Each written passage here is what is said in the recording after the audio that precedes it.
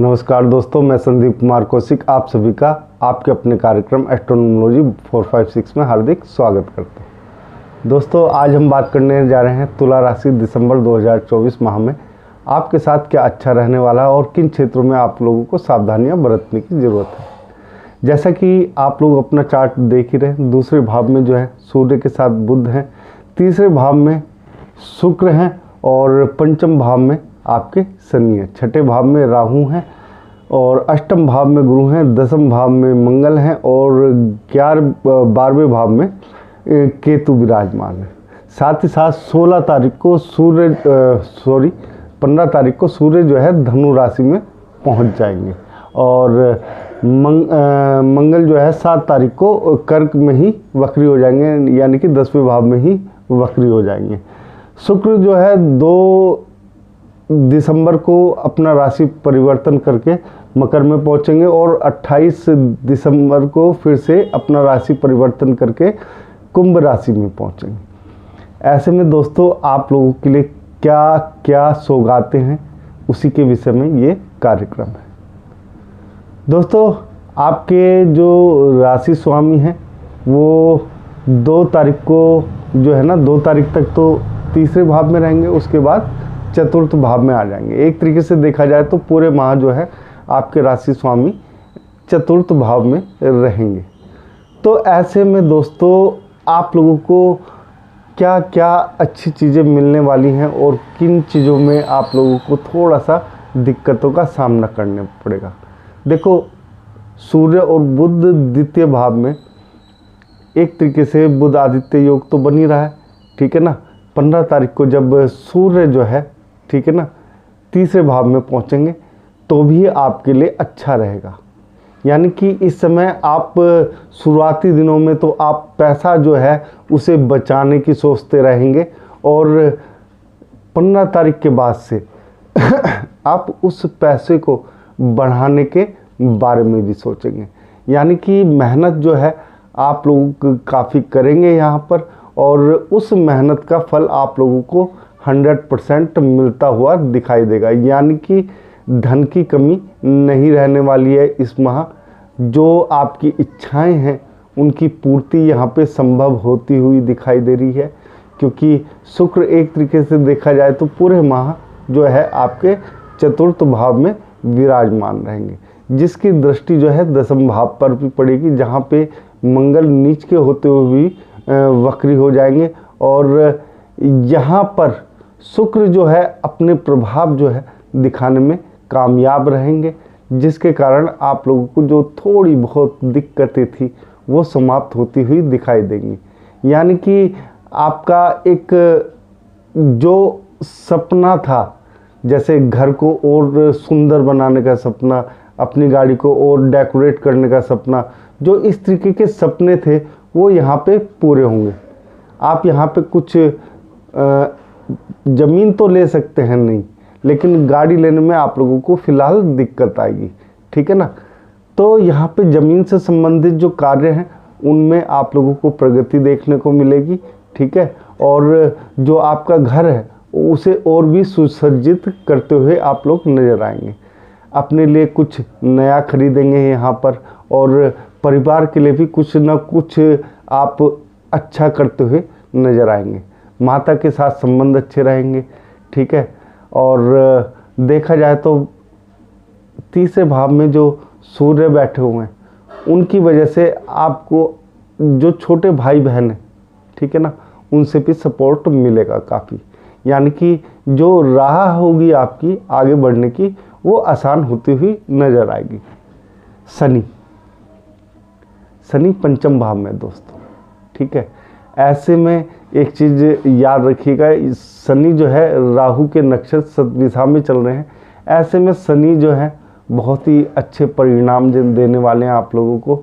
एक तरीके से देखा जाए तो यहाँ पे शनि जो है पंचम में एक तरीके से जो राजयोग जिसे भी कहते हैं ना, वो भी बन रहा है और साथ ही साथ देखो बुध आदित्य राजयोग भी है, सस राजयोग भी है।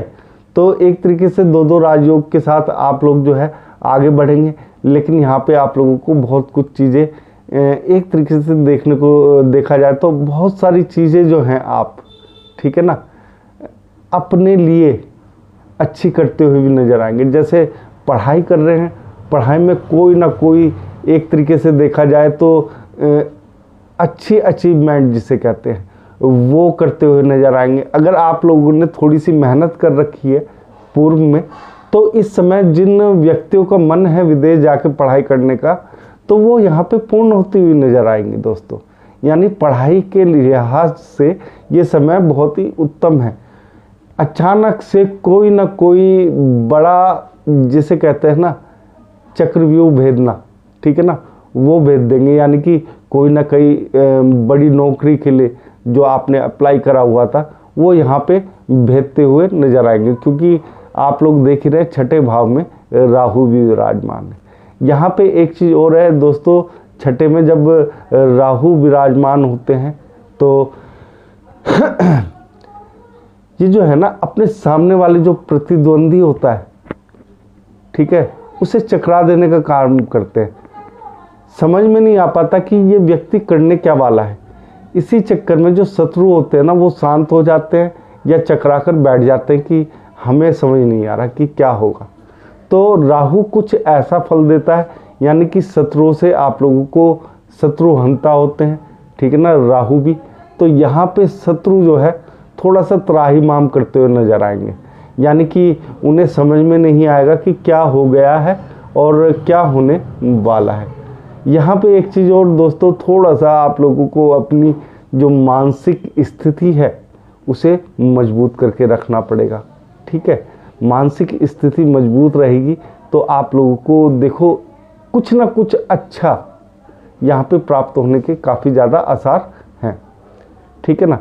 तो देखो बीमारी वगैरह जो होती है ना मानसिक स्थिति से ही होती है, तो सिर में हल्का फुल्का दर्द रह सकता है आपके, ठीक है, लेकिन उससे कोई घबराने की बात नहीं। सप्तम भाव जहाँ पे शनि की भी दृष्टि पड़ी हुई है, ठीक है ना, बहुत ही अच्छा रहेगा।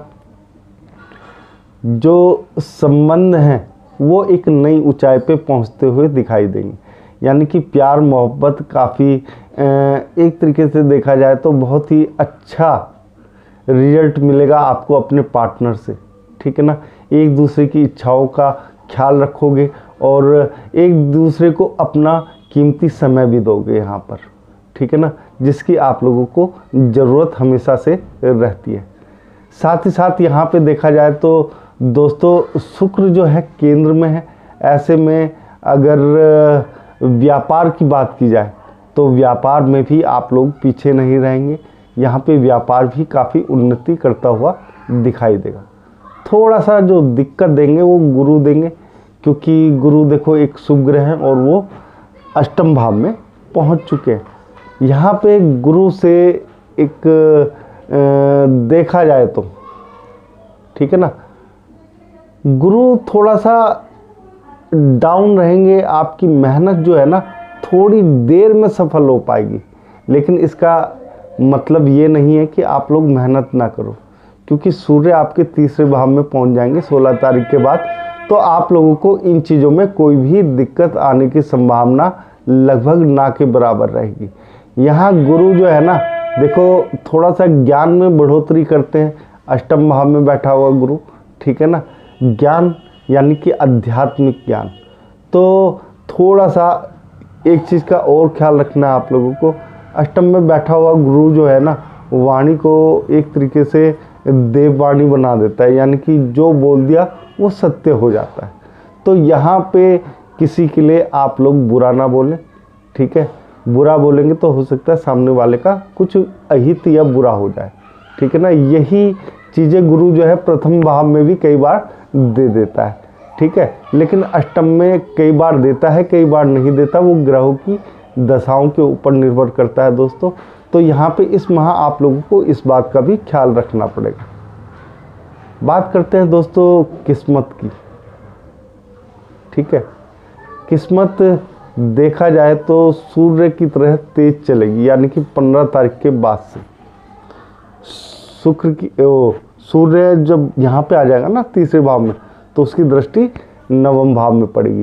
तो 15 तारीख के बाद यानी 16 तारीख से समझ लीजिए, तो वहाँ से आपका जो एक तरीके से देखा जाए भाग्य काफ़ी वृद्धि करता हुआ नजर आएगा। तो यहाँ पे आप लोगों को दिक्कत की कोई बात नहीं है। भाग्य से भी 10वें भाव में मंगल नीच के बैठे हुए हैं, ठीक है, साथ ही वक्री भी हैं। तो यहाँ पे भी आप लोगों को कोई ऐसी दिक्कत नहीं है। जो दिक्कत ही थी वो शुक्र समाप्त कर देगा यहाँ पे आकर, ठीक है, चतुर्थ भाव में, ठीक है।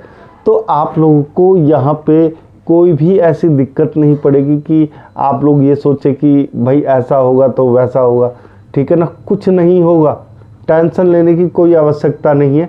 आपको अगर कोई छोटा मोटा उपाय करना चाहते हैं तो दोस्तों शुक्रवार के दिन आप जो कोढ़ी होते हैं उन्हें सफ़ेद चीज़ों का दान करें, जैसे आटा, चावल या सफ़ेद रसगुल्ले, ठीक है ना, या खीर बना के आप बांट दें, ठीक है। इस तरीके के दान करेंगे शुक्रवार के दिन तो यहाँ पे मंगल जो आपका नीच राशि में होके वक्री होके बैठा हुआ है, ठीक है ना, वो भी आपको अच्छे फल प्रदान करेगा। ये कोई बड़ी चीज़ नहीं है और कुछ भी नहीं कर सकते आप लोग। तो दोस्तों एक गुलाब का फूल ले जाके माँ लक्ष्मी के चरणों में रख दें या एक कमल का फूल ले जाके रख दें, ठीक है ना, तो उससे भी आप लोगों को काफ़ी फ़ायदा होता हुआ नज़र आएगा। एक चीज़ और, अगर आपको इन चीज़ों से 1 या 2 बार करने से लाभ ना मिले, क्योंकि महीने में 4 तो शुक्रवार आते ही हैं, तो आप लोगों को एक काम करना है। अगर इससे लाभ नहीं होता, कमल गट्टे की माला लें और उस पर माँ लक्ष्मी जी के मंत्रों का जाप करें, ठीक है ना, तो उससे भी आप लोगों को यहाँ पे फ़ायदा मिल जाएगा। दोस्तों 11वें भाव की बात करते हैं, धन भाव। यहाँ पर शनि की दृष्टि है जो राहु के नक्षत्र में चल रहे हैं और राहु जो है 11वें भाव में अच्छे फल प्रदान करता ही है, आप लोगों को सभी को मालूम है। और 11वें भाव में शनि स्वयं भी अच्छे फल जो है वो प्रदान करते हैं। तो यहाँ पे आप लोगों को कोई ऐसी घबराने की बात नहीं है, ठीक है ना। वो किस लिए नहीं है, ठीक है, 5 नंबर आ रहा है। 5 नंबर सूर्य का होता है। वैसे तो देखा जाए सूर्य और शनि शत्रु होते हैं थोड़े से, ठीक है, लेकिन यहाँ पे सूर्य स्वयं नहीं बैठे हैं, उनकी राशि है खाली। तो इस वजह से समझना दोस्तों, इस वजह से शनि जो है अपने प्रभाव जो है एक तरीके से प्रभावों में बढ़ोतरी कर देगा, क्योंकि राहु के भी नक्षत्र में है। तो एक तरीके से देखा जाए तो यहाँ पे धन की कोई कमी नहीं रहने वाली है किसी भी प्रकार से, ठीक है। तो जो मैंने उपाय बताया उस उपाय के साथ चलेंगे तो आप लोगों को कोई भी दिक्कत नहीं आएगी।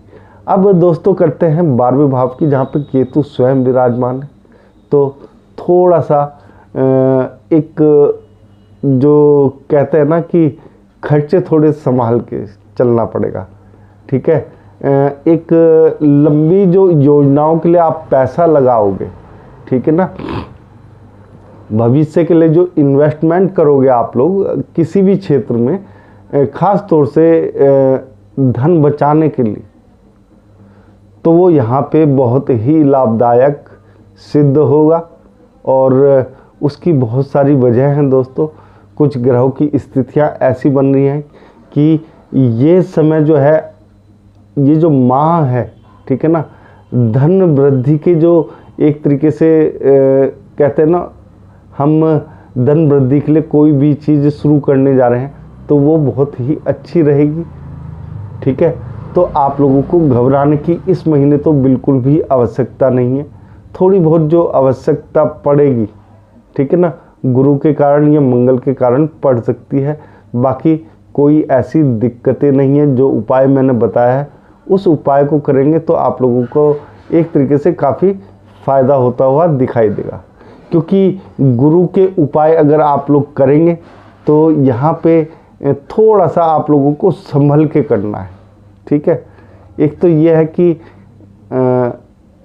गुरु को, ठीक है ना, जो सबसे अच्छी चीज़ रहेगी वो आपके लिए ये रहेगी, गुरुओं को नाराज़ बिल्कुल भी ना करें।